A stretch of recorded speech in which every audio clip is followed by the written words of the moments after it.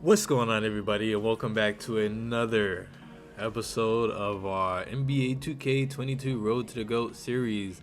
And just like the title says, man, I almost stopped playing Play Now Online, and I'm still not sure if I want to do it. And it's because, for some reason, if you go back and rewind the video, I was up in 2 games in a row, and then all of a sudden my Xbox just cut off. Like the whole thing just shut down, and it did a full reset.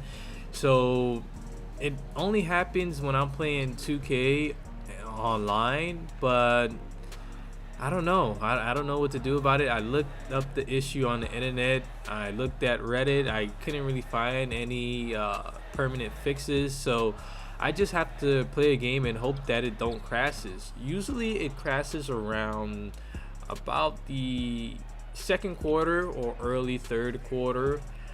From the 3 times I've been fully shut down while playing 2K22, playing online, and I just don't know why. I think, well, I probably have like one suggestion, and that's probably because I'm playing other games before I play NBA 2K22, so I don't know if the Xbox is just getting overheated or what the case is. But it seems like if I'm playing a game before I hop on 2K for a while and I go play Now Online, it seems like it always disconnects when I'm online. When I'm playing a game against the computer, if I have free time or whatever, the game usually doesn't disconnect, or it has never shut off on me. So that's an update with playing online. Like right now, I was able to get this game completed, and hopefully it'll stay like that. So probably whenever I play or plan on playing online, it probably has to be the first game I play on the Xbox whenever I boot it up. But let's get to the game here. We have 2 victories to get before we move out of the varsity league and onto the next league. And I said, okay, I have those 2 losses. Well, I have 3 losses from my Xbox just shutting off on me while I'm playing online, and I need 2 games to win to advance to the next league, and I only have 2 games left as well. So I desperately need these victories. And so I decided to go with the Milwaukee Bucks because they are definitely a top 5 team in Play Now Online, just for their ability to shoot and space the floor. You have Giannis, and then you got shooters on the outside. So this team is put together pretty well. And my opponent, which is a surprise, has the Los Angeles Clippers. I never played with them. Well, I probably played with them last year, but probably not a lot. And I rarely see them in Playing Online, and I'll probably play with them this year just to see how good that roster or good that team is. But nonetheless, this is the matchup, and right now he has the lead. The score is 10-7, but Dante DiVincenzo answers right back with a 3-pointer, and so we're tied up heading into the late first quarter. So my opponent didn't really do anything special here. I'm trying to play the best defense, as we should in every game. And Drew Holiday finishes that one off with a slam dunk. So now we take the lead, and I really want to put this game in the bag, man. I don't want to play, and the only way I know I can secure a victory, even with all the Xbox shutoffs or instant or crashes when I'm playing online, is that if I can make my opponent quit, that's a guaranteed victory.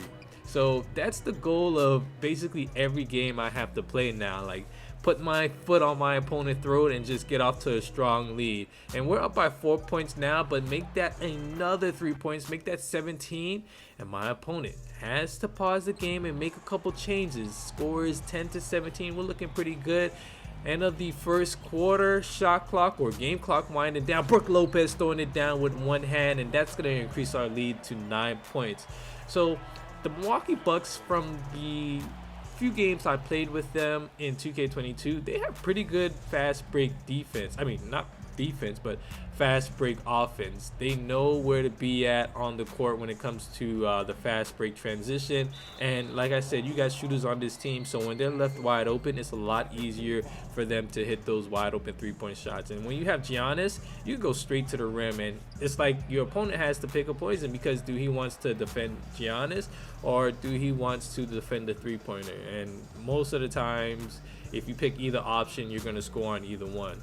So beginning of the second quarter, Paul George to the rim. I played way too aggressive on that pick and roll there, and Paul George just went the other way for an easy layup. So my opponent is now cutting down into this lead. You can see he still has his starters in, and I'm going to the bench trying to get my guys a little bit of energy to recover from, or trying to get my guys some energy.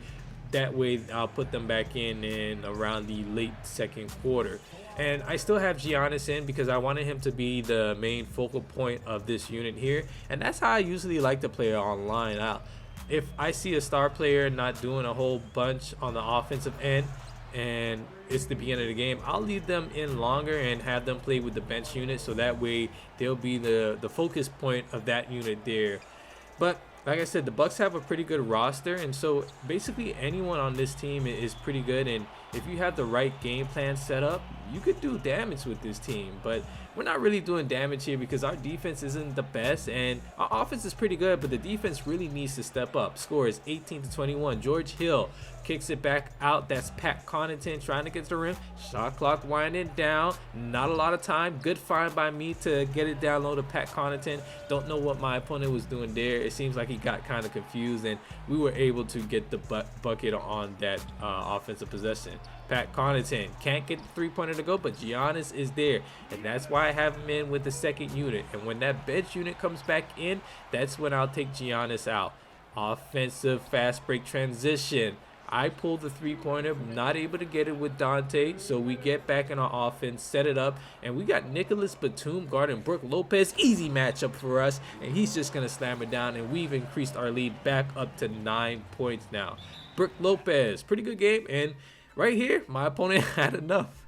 After that backcourt violation, he just called it quits. And so that's what we have to do. Make our opponent quit before our Xbox crashes and we get another loss.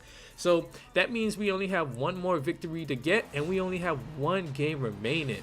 I don't know why this league is so hard for me, but you face adversity and you just have to overcome it, right? And so I went back with the Milwaukee Bucks. Like I said, I need to get these victories. I want to advance to the next tier, and I really don't feel like replaying this whole tier. Another backcourt violation there. And I don't know, the backcourt violations or people committing backcourt violations is pretty common this year in NBA 2K. But yeah, I'm going back with the Bucks, and my opponent has the Phoenix Suns. And the thing about the Phoenix Suns, they're a tier 1 team, but I don't know, in 2K terms, I don't know if they're really tier 1 because they have Devin Booker, Chris Paul, DeAndre Ayton, Jay Crowder, but does that make them good enough to put them in tier 1 in NBA 2K22? Definitely they are a tier 2 team, I would say, but tier 1, I guess they're a bit on the fringe, and I'm not sure if I would like really classify them as a solid tier 1 team. But I have to play with them this year. The times where I did play with them in 2K21, they weren't too bad, but they also weren't in the tier 1 seeding. So when you go up against tier 1, it's going to be a lot harder, and those teams are pretty good. Like, you have the Lakers, Nuggets, you even got the Bucks here. So if anyone could do damage with them in tier 1, that's kudos to them, right? So getting back to the game, I'm the Bucks. Multiple times I have said that, and we're just running our offense here. I set the game plan to get shooters open, so that way we have a good focus on getting the other guys involved. And as you can see, Chris Middleton hits that wide open three-pointer because I know Giannis can get his points easily, and I don't have to worry about him. But it's the other guys I want to try and get. I want to try and get going early because they have to be able to shoot for us, and Giannis can easily just force his way to the paint. So I'm focusing on the other 4 guys on the court.